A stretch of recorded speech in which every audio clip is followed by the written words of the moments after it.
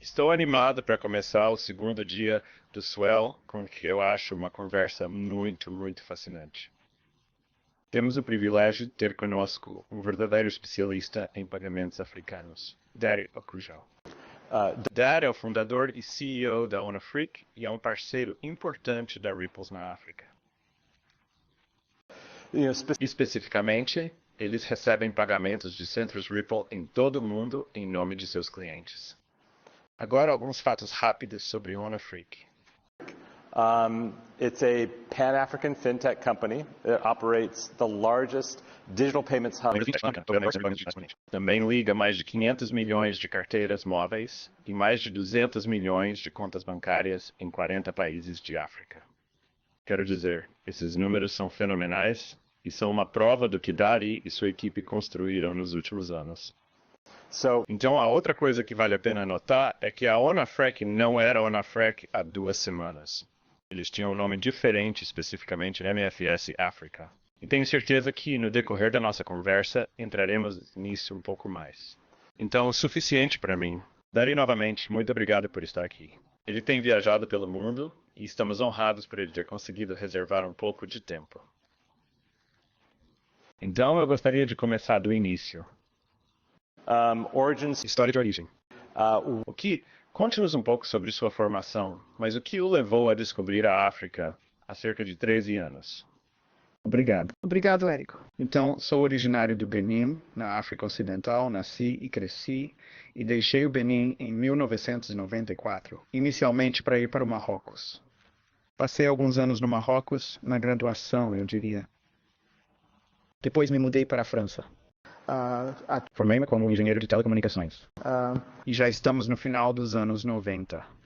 E como qualquer pessoa que sabia soletrar a internet naquela época, tive que tentar iniciar. E isso aconteceu no SWO. E trabalho em modems ADSL tentando programar isso.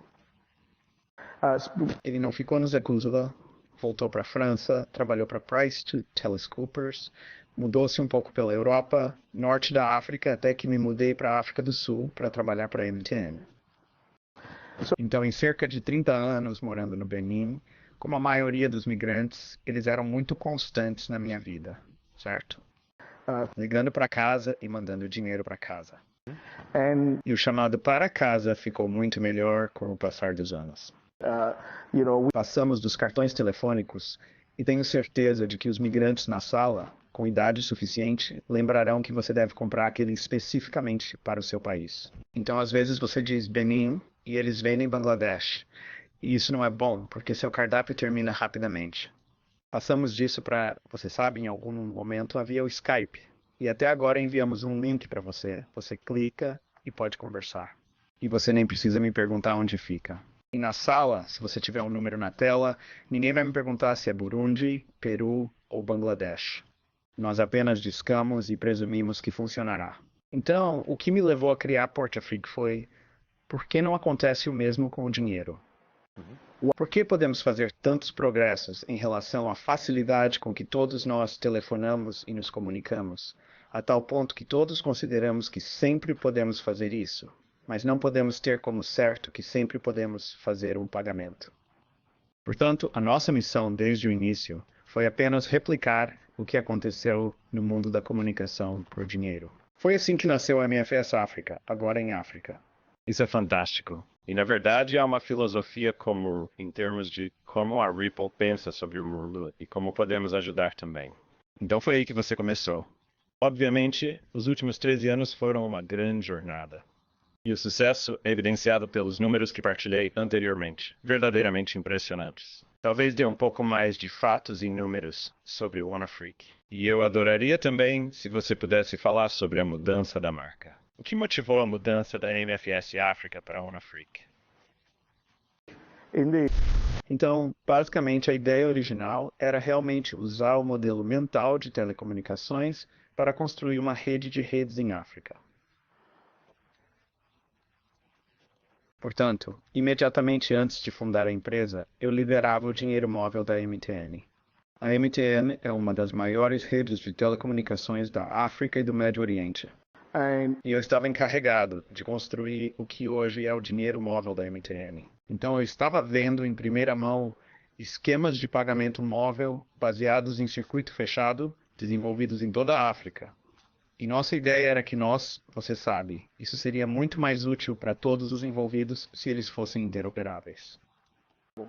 Se eu pudesse pegar meu telefone em uma rede no país A e transmitir, você sabe, enviar dinheiro para outra rede no país B. Então, inicialmente, começamos a nos concentrar apenas nisso. E ao longo de 3 tipos de camadas, você sabe, a camada de mensagens, as APIs e toda a comunicação, a camada de conformidade e, em seguida, a camada de liquidação. Nos primeiros 7 anos, isso foi tudo que fizemos. E o objetivo não era morrer, é isso. Apenas continue. E, eventualmente, em todo bom negócio de rede, e Ripple saberá muito sobre isso, em algum momento as rodas começarão a girar e haverá algum tipo de impulso. Acho que para nós isso levou quase 7 anos. E naquela época, alcançamos cerca de, eu diria, de 120 milhões de carteiras em cerca de 10 países aos quais nos conectamos. E a partir daí, isso se tornou possível, e a rede passou a ser interessante para outros tipos de players. Assim, ao servirmos apenas os operadores de dinheiro móvel, eu diria que nos tornamos interessantes para os operadores de transferência de dinheiro que procuravam um ponto de entrada único para alcançar mais pessoas em todo o continente. Tornamos-nos interessantes para empresas no continente e fora do continente, que procuravam métodos simples de recolha em vários mercados ou formas de expansão de um mercado para outro. E também nos tornamos interessantes para os bancos, instituições financeiras, que então puderam contar com a iRails para alcançar clientes e grupos que antes não eram acessíveis. Aos 20 sentíamos que havia dois. Estávamos realmente no caminho certo para nos tornarmos numa infraestrutura importante em África que ligará os africanos entre si e as empresas africanas. Mas lembre-se que a missão no início era apenas poder ligar para todos. Por isso, primeiro tornou-se importante que esta rede também pudesse ligar-se às redes mais relevantes fora de África. Isso nos levou, uma das primeiras coisas são os trilhos de cartão que existiam há um tempo, e entramos naquela aquisição que nos levou para o ZEZA, que nos levou para o OGMFS, ou na verdade, a empresa que possuía a marca é a Massachusetts Financial Services, do ZEZA. Então foi isso que motivou a mudança de nome, e voltarei a isso. Mas nessa busca por redes relevantes fora da África, a outra foi a Ripple. E foi assim que nossa jornada com a Ripple começou.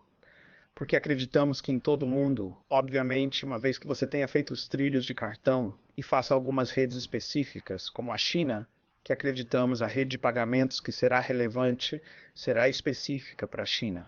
E já fizemos algum trabalho lá. Achamos que também haverá alguma rede relevante que nascerá da internet, você sabe, todo o movimento criptográfico. E, em primeiro lugar, era importante escolhermos cuidadosamente não o que é necessariamente brilhante ou elevado hoje, mas o que estará lá dentro de 10 anos. O que está a trabalhar para ser relevante não apenas hoje, mas nos próximos 100 anos.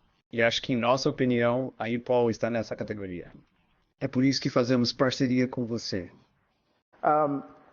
Então o nome em si, você sabe, não há muitas vezes na vida que você tenha a chance de pensar em qual deveria ser o seu nome.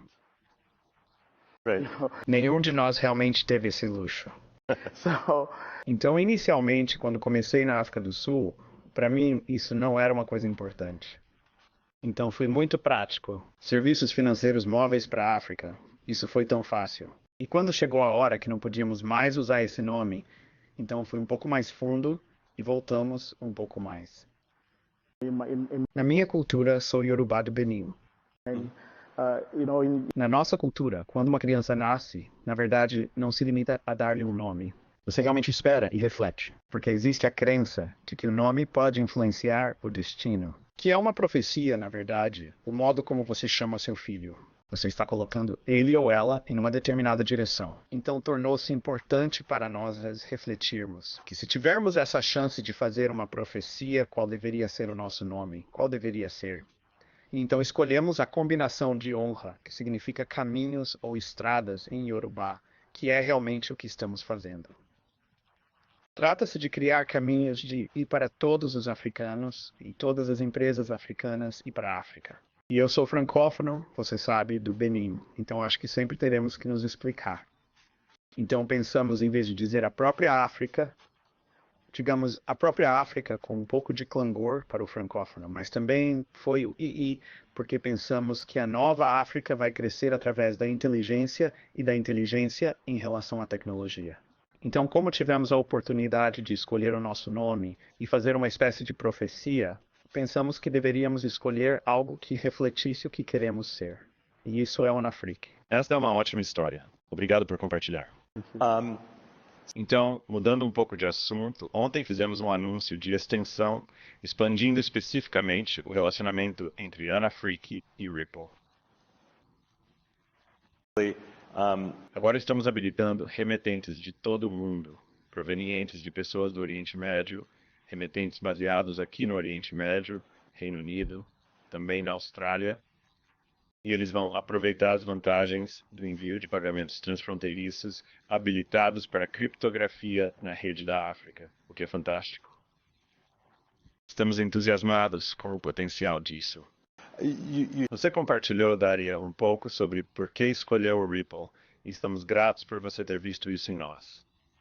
Mas tenho certeza de que a decisão de adotar pagamentos habilitados para criptografia também foi algo que você teve que deliberar e pensar.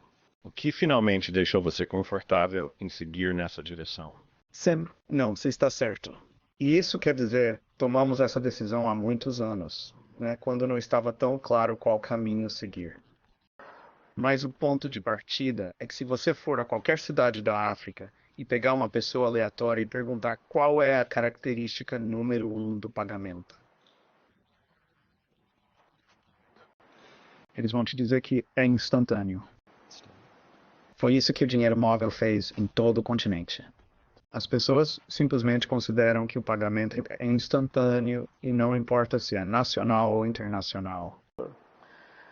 Portanto, o dinheiro móvel, que foi onde realmente começou o pagamento digital em África, é instantâneo, nativo. O que fizemos como EFS África foi levar essa capacidade instantânea para além das fronteiras. Quando movimentamos dinheiro entre o Quênia e o Uganda, passamos por essas duas camadas, como mencionei, a camada de mensagens, a camada de conformidade, e temos de fazer todo este fim de liquidação para o utilizador final em menos de 45 segundos. Se demorar 5 minutos, o remetente ligará. Se demorar 1 hora, ele virá. Não basta ligar. Ele não acredita que o dinheiro foi enviado. Portanto, fomos capazes de fazer isso a nível de África e continuamos a fazê-lo. Processamos centenas de milhares dessas transações todos os dias. Era importante que pudéssemos fazer isso com o mundo. Então, quando nos conectamos ao resto do mundo, quando falo sobre esta relevante rede de pagamentos fora de África, essa capacidade instantânea foi absolutamente crucial. E acho que isso é o cerne da questão. Acho que foi isso que a criptografia permitiu. Quero dizer, essa é a habilidade. Quero dizer, existem todas as coisas. Mas a verdadeira beleza é o fato de que você pode realmente movimentar valor instantaneamente ao redor do mundo. Então esse foi o elemento chave para dizermos que precisamos que isso vá para os trilhos criptográficos. Então era uma questão de quais trilhos criptográficos escolher. Sim, faz sentido. Então, talvez no tópico da criptografia, você sabe, as perspectivas sobre a criptografia, seu papel, como ela é usada, variam de região para região. Obviamente, a África é um continente muito, muito grande. Mas eu adoraria saber sua perspectiva estando tão profundamente naquela parte do mundo. Como as pessoas veem a criptografia? Como as pessoas estão usando criptografia, talvez de maneiras diferentes do que são Sim. em outras partes do mundo? Sim, e quero dizer que será difícil generalizar. Certo. Mas se fizermos apenas grandes grupos, e com o tempo, acho que essa capacidade de fazer instantaneamente foi o que atraiu muitas pessoas de qualquer maneira no início. E é preciso lembrar que o instante compensa a baixa confiança. Se estou em um ambiente de baixa confiança, não preciso realmente confiar em você se for instantâneo. Eu posso apenas fazer a transação. E se pensarmos no comércio transfronteiriço em África, novamente, muito dele está dentro de África e está a crescer. Mas muito se olharmos para a África em geral, a China é um grande problema. A Turquia está a tornar-se maior. Índia, Brasil, e isso é uma espécie de sul-sul, os BRICS. Usei a Europa, você sabe, Amsterdã, tudo isso sempre esteve lá. Então, se você pegar, você sabe, um restaurante em Lagos, eles precisam importar o equipamento de cozinha que vem da Alemanha. Se você contratar uma clínica em Lusaka, eles precisarão importar o equipamento médico que virá do Zuzela, da China ou às vezes de Amsterdã. Então você tem aqueles fluxos comerciais que sempre existiram e acho que inicialmente a adoção da criptografia tem como objetivo facilitar esses pagamentos em um ambiente de baixa confiança.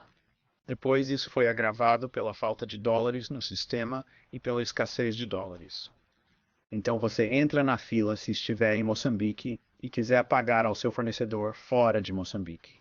Bem, você entra na fila por dólares como todo mundo, e isso pode levar meses. E às vezes você tem negócios reais para os quais precisa realmente construir. Então essa foi a primeira, eu diria, adoção. Mas teve um problema em torno da volatilidade. Você sabe, muito se falou, coisas foram ditas sobre criptografia na África, pessoas negociando muita criptografia. Não foi porque as pessoas queriam especular sobre a alta ou baixa do Bitcoin. Foi nesse instante que a capacidade de simplesmente fazer pagamentos transfronteiriços e essa volatilidade levaram muitas pessoas a recuar. E eu acho que, ao mesmo tempo, o avanço de coisas como moeda estável, que tira essa volatilidade, você não precisa se preocupar se esse valor também está ajudando novamente. E vemos que muito desse uso agora em moedas estáveis está crescendo muito. Por último, mas não menos importante, estamos num ambiente de hiperinflação. Quero dizer, pela primeira vez, países como os USA e a Europa estão falando sobre inflação. Em África, falamos há muito tempo sobre inflação. Então as pessoas sabem disso. Quero dizer, estamos falando de inflação. Falamos de 20%, 40% a mais do que 100% em algum mercado. E novamente, estas estão provando ser uma boa ferramenta para se proteger contra isso. Portanto, mesmo que você perca 20% em seu SRP, ou o equivalente ainda é melhor do que perder 100% ou 80% apenas mantendo o seu dinheiro. Portanto, também estamos vendo esse uso quando é possível que pessoas e empresas simplesmente se protejam e encontrem um caminho mais fácil. Você sabe que não é fácil comprar dólares americanos, euros, mas a tecnologia tornou possível hoje comprar criptografia com apenas alguns cliques. Isso também é dirigir. Portanto, eu diria que a capacidade instantânea, o comércio transfronteiriço e a proteção em torno da hiperinflação são o que está realmente a impulsionar o uso da criptografia em toda a África. Sam. Quero dizer, é ótimo ver que esses são casos de uso do mundo real. Não é tanta especulação como vemos em outras partes do mundo. E acho que, obviamente, acreditamos que essa tendência continuará e que há casos de usos superpoderosos que continuarão a florescer. Temos tempo limitado. Existem tantas perguntas. Quero explorar o seu profundo conhecimento da África. Obviamente, a África tem estado na vanguarda em grande parte do avanço dos pagamentos. Certamente, os pagamentos móveis têm estado com a M-Pesa e as pessoas do Quênia estão familiarizadas com isso. Mas não se trata apenas de pagamentos móveis, certo? Existem oportunidades no canal e eu não sei. Se você pudesse compartilhar conosco em alto nível algumas das dinâmicas de pagamento que você vê na África e quaisquer linhas de tendência que você acha que são especialmente notáveis. Eu acho, quero dizer, são realmente uma espécie de camadas, certo?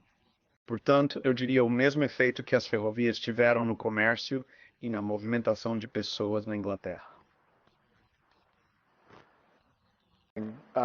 O dinheiro móvel provavelmente tem vários valores em vários mercados em África. E vou te dar alguns exemplos. Obviamente, a primeira é que as pessoas estão visíveis agora. Tipo, apenas ter uma conta vinculada ao seu número de telefone e um rastro digital já torna você realmente visível. Visível para todo tipo de serviços e prestadores e capacidade. Então isso por si só, e falamos sobre empoderamento e inclusão financeira, e às vezes parece muito vago, mas é realmente real. Como se centenas de milhões de pessoas estivessem agora visíveis, porque existe um número de telefone, uma conta e um histórico digital associado a isso. Essa é a camada zero. E o dinheiro é digital, e isso significa que, em teoria, é acessível para o resto do mundo e vice-versa. Se você pensar sobre isso, você sabe que se você, mesmo que esqueçamos a desigualdade, como $100 em Nova York, $100 em Conakry, eu diria que antes do dinheiro móvel, os $100 em Nova York são, na verdade, melhor do que os $100 em Conakry. Porque o que você realmente vai fazer com isso? Mas agora que temos dinheiro móvel, $100 em dinheiro móvel estão disponíveis para o resto do mundo.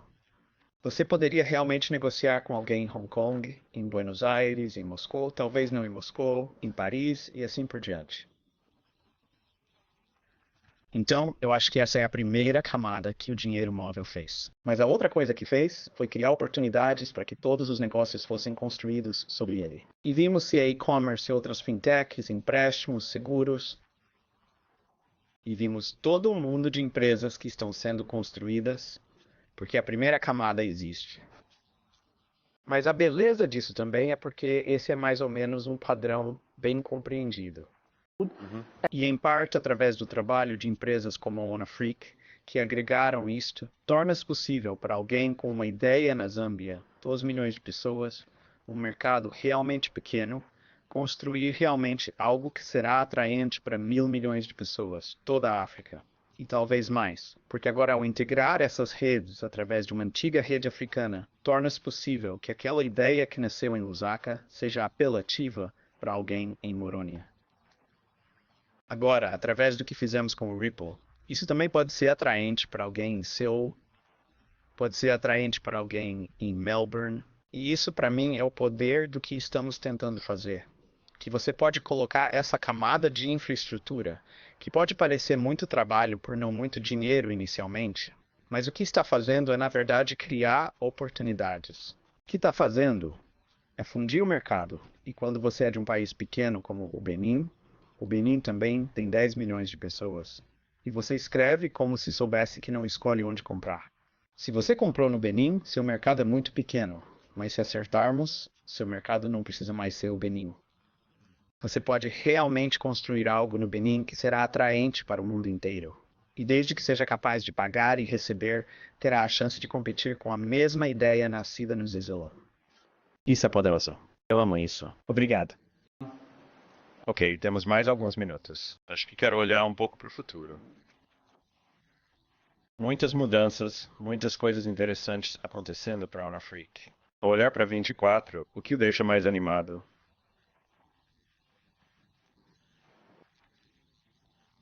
O que está por vir e no que você estará focado no ano novo?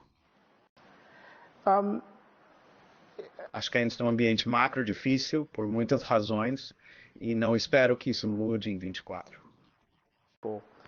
Dito isto, estou entusiasmado com as possibilidades que podemos criar.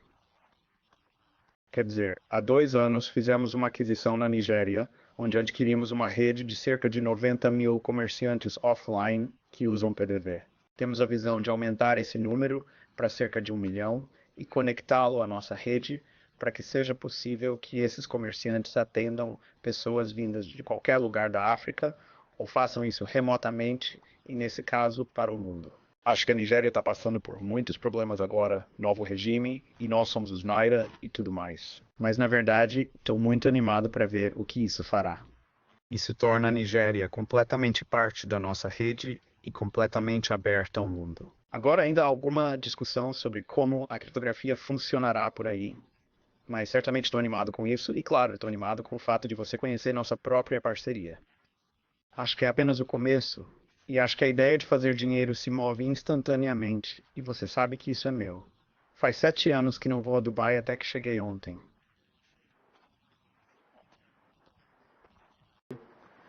E a primeira coisa que ficou clara para mim é quanto mais africanos estão aqui. Do aeroporto, passando pelo hotel, os trabalhadores, não era assim há 7 anos.